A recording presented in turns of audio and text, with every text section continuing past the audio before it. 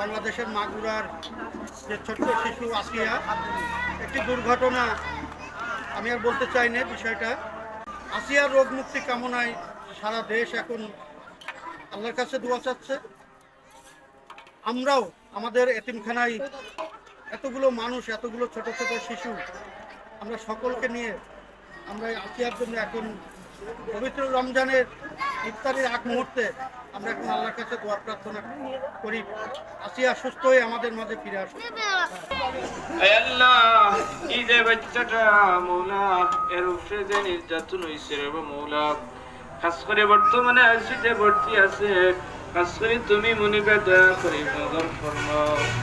আল্লাহ, এই বাচ্চাটার নামাতে শিফা করিয়া দেও।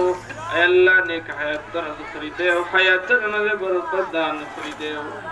ইয়া আরহামার রাহিমিন, ইয়া আকরামাল আকরামিন। আল্লাহ, আমরা সবাই মিলে আপনি মুনিবের কাছে ফরিয়াদ জানাইলাম রে মৌলা।